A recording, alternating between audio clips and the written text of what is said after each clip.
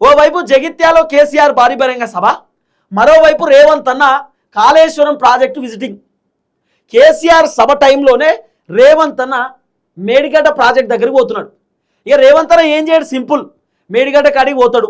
కాళేశ్వరానికి సంబంధించిన ఆ పిల్లర్లు ఉంటాయి కదా, ఆ కుంగిపోయినటువంటి పిల్లర్లను చూస్తాడు, మీడియాలో చూపిస్తాడు. చూపించి ఏ క్యారే ఏ కైసా ఐసా కైసా అని చెప్పి అక్కడ మాట్లాడతాడు, అధికారులతో డిస్కస్ చేస్తాడు.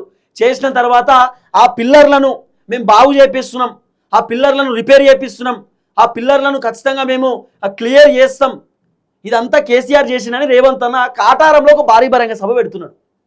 ఫస్ట్ మేడిగడ్డ పోతాడు, మేడిగడ్డ కాడికి పోయి ఆ పిల్లర్లు చూస్తాడు, కాళేశ్వరం ప్రాజెక్టు పిల్లర్లు. ఆడికెళ్ళి రేవంత్ అన్న పక్కనే మేడిగడ్డ పక్కన కాటారం ఉంటుంది, కాటారం అని చెప్పి మండలం, ఆ కాటారం పోయి కాటారంలోనో భారీ బహిరంగ సభ, 40 ఎకరాలలో భారీ బహిరంగ సభ రేవంత్ రెడ్డిది. ఆ భారీ బహిరంగ సభలో నాకున్నటువంటి సోర్సు, నాకున్నటువంటి అంచనా ప్రకారం రేవంత్ అన్న ఖచ్చితంగా కేసీఆర్ని తిడతారు. ఆ రోజు కేసీఆర్ని పొల్లు తిడతారు, మీరు రాసి పెట్టుకోండి. రేవంత్ రెడ్డి 20వ తారీఖు కావాలనే మేడిగడ్డ పోతున్నాడు. ఎందుకు తెలుసా?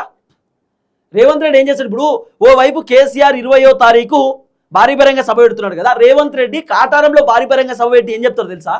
ఇదో ఈ కేసీఆర్ చేయబట్టే కాళేశ్వరం ఉంగిపోయింది, 1,00,000 కోట్లు అప్పు చేసిండు, కాళేశ్వరంలోకి వెళ్ళి 1 ఎకరానికి కూడా నీళ్లు బారలే, కాళేశ్వరం ప్రాజెక్టు మొత్తం కథం చేసి పడేసిండు, 1,000 కోట్ల రూపాయలు కమిషన్లు తిన్నాడు, 1,000 కోట్లు మొత్తం అవినీతి చేసిండు, కేసీఆర్ వల్లనే ఈ కాళేశ్వరం కుంగిపోయిందని చెప్పి రేవంత్ రెడ్డి డైలాగులు కొడుతూనే, ఇంకా కేసీఆర్ సిగ్గు లేకుండా బుద్ధి లేకుండా జగిత్యాలో భారీ బహిరంగ సభ పెడుతున్నాడు.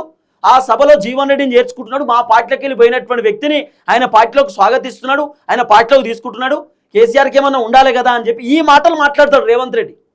ఏం లేదు, కేసీఆర్ భారీ బహిరంగ సభను డైవర్ట్ చేయడానికి రేవంత్ రెడ్డి ఇప్పుడు ఉరుకుతున్నాడు, కాళేశ్వరం ప్రాజెక్ట్కి పారిపోతున్నాడు, ఇప్పుడు ఉరుకుతున్నాడు. ఎందుకంటే ఎక్కడ కేసీఆర్ భారీ బహిరంగ సభ పెట్టి కాంగ్రెస్ గురించి చెప్తే, కాంగ్రెస్ ప్రభుత్వ లోపాలు చెప్తే, కాంగ్రెస్ ప్రభుత్వంతో జరుగుతున్న అవినీతి అక్రమాలు దందాలు సెటిల్మెంట్లు బ్లాక్మెయిల్లు కబ్జాలు ఇవన్నీ చెప్తే ఖచ్చితంగా తెలంగాణ ప్రజలు చైతన్యవంతులవుతారు. కేసీఆర్ మాటలు మొత్తం కూడా తెలంగాణ ప్రజలు విని ఖచ్చితంగా కాంగ్రెస్ పైన వ్యతిరేకత వస్తుంది. కాబట్టి కేసీఆర్ మాటలు వినకుండా చేయాలి జనాలనంటే కొత్త దుకాణం తెరవాలి. అందుకే కేసీఆర్ బయటకు వస్తున్న సమయంలో రేవంత్ రెడ్డి ఉరుకుతున్నాడు, పారిపోతున్నాడు, ఇట్లా జంపింగ్ ఆడికి కాళేశ్వరం ప్రాజెక్ట్. ఇంత భయం ఎందుకు?